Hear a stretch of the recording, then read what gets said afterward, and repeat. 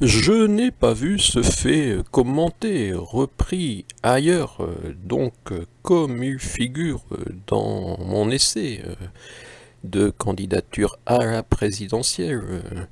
Mais que ce livre tarde un peu à démarrer, je vous en livre un extrait.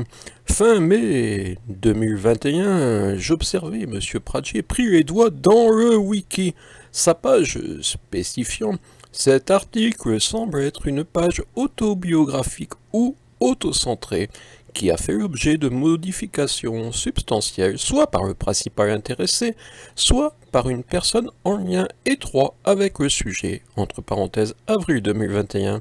Il peut être nécessaire de l'améliorer pour respecter le principe de neutralité de point de vue. Fermez les guillemets.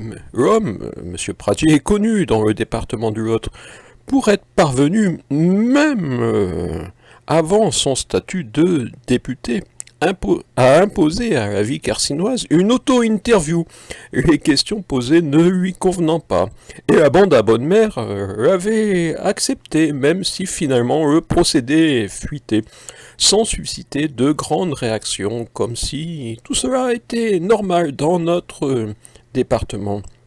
Encore un épisode significatif de son ridicule. Après une petite phrase devant marquer les esprits et le classer parmi les hommes de l'après-crise sanitaire, « Demain, il faudra tout changer, tout changer, tout changer !» Aurélien Pradier donnait une grande interview à Libération avec le remède. Un retour du gaullisme et la grande idée de la participation. Oui, j'ai continué un peu ma lecture de ce chapitre, de ce point 57, consacré à mon député, donc dans cet essai que je vous invite à découvrir, car il serait étonnant qu'il figure dans les critiques de la vie carcinoise et de la Dépêche du Midi, et même des autres, le candidat de lettres face au pilier de l'avoir. Ce n'est pas M. Pradier, non, non. Monsieur Aurélien Pradier va venir, j'en suis persuadé, mais il est un peu en retard. Donc. Les cornichons, on en côtoie tous les jours, pas qu'à mon cuc. Hein. Les cornichons, on en côtoie tous les jours, pas qu'à mon cuc. Hein. Ah, tu t'en servais qu'une fois, ok. Ah, tu t'en servais qu'une fois, ok.